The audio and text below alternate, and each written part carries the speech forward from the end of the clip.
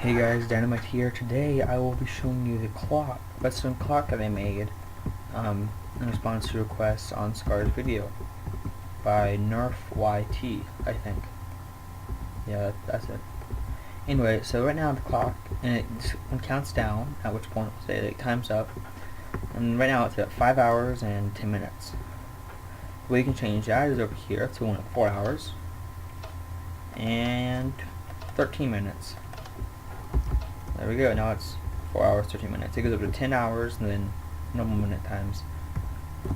Now, right now it's stopped, but if I want to start it, do this. So right now, it's 4:13, 4 hours, 13 minutes, and it will count down. I'm going to speed up the time real quick using this command. And this should change it to 2, there we go. And basically, it will wait a minute before it goes down. When this reaches 00, and one below that, it will switch to 3:59. So that's how that works, kind of. Not really, this is how it actually works. So basically, this command block here sets this line of redstone blocks to stone. It's instead just a redstone block. So it's constantly switching back and forth, creating 20 ticks a second. Now here we have a whole bunch of test for commands. Each test for command, in this case, is hours, and it tests for hours. If the very scoreboard hours is 0, second. Back spike.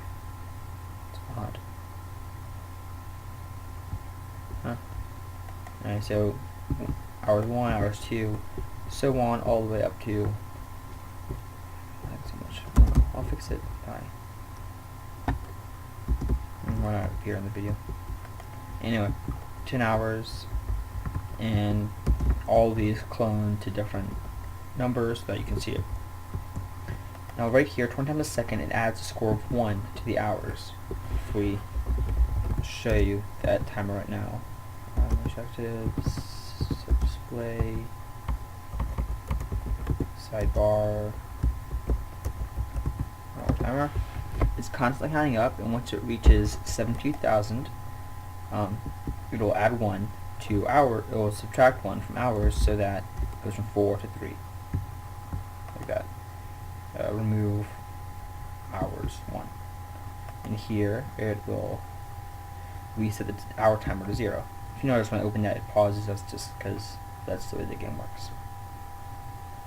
Alright, now let's clear that real quick. It's really it's odd. Not for you. Anyway, so now we have the minutes. Now I didn't want to make 60 test for command blocks, each doing the same thing, and then they'll all do all that. So what I did was I created 2 scoreboards, and if you notice, this is going to keep running down for some time, like while we're doing this. So this and this make the same thing. Again, if you punch it, yes, you can test to make sure it's working. You can't break it. 10. I'll explain why the piston went off in a second. Anyway, so here I have, well, -1 because reasons, 2 -1s. Which doesn't make sense, but it does because it's tough. Don't feel like explaining. Anyway, so here's 1, 2, 3 with minutes, and this all equals that. Now once it reaches 10 minutes, it sets normal minutes to 0, but then there's a second variable, so minutes 10, it sets that to 1. So now over here is minutes in 0. If so, then that's a 0. It's a 1 though, so that's a 1, 2, up to 5. It doesn't do 6, but even the 60 minutes. It never says 60 minutes on the clock. So it's the same thing over here, constantly adding to the minute timer. Just do that same command. There we go. And it's constantly counting up. Once this reaches 1,200, which is 1 minute, it will switch. And it's almost there, so you can just watch it here. And drop to 0.9.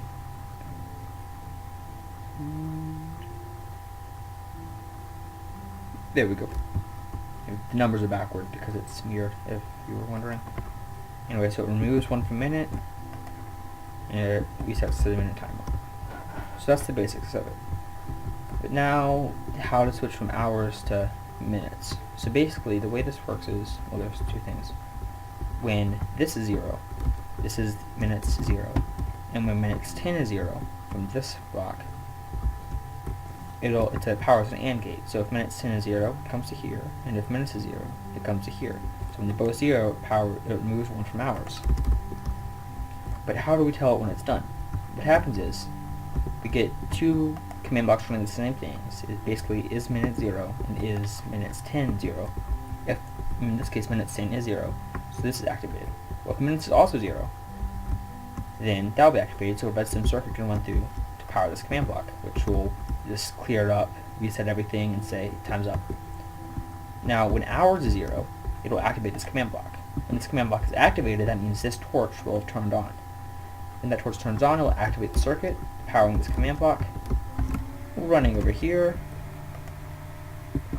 and it says time's up, resets everything, and that's all. I'll show you the control panel real quick. It's simple enough. Alright, so to add hours, it just adds 1 to hours, removes 1 from hours, same with minutes. And for start and stop, to stop it, it sets redstones. I'll show you this actually. It's kind of an important part of it. Without this, you couldn't stop it. So right here, because I'm using comparators, if I set a signal here, this will override any signal this comes through because this is a stronger signal. So when this is overridden, it will not set the hours down. Same with over here. So what that command block does, sets redstone blocks here and over there. So that way, it will not run any lower. So start gets rid of those redstone blocks, stop ends it, and both of them is reset it to 0 so that it is exactly the right time. Alright, that's all. Thanks for watching. If I failed to explain something well, let me know, and I will explain it again to the best of my ability. Yeah, that's pretty much it. If you want more redstone stuff, just comment. I'm going to be making a redstone sorter, an automatic sorter next, as per request from someone. Name I don't remember, sorry. Anyway, I think that's it. Bye.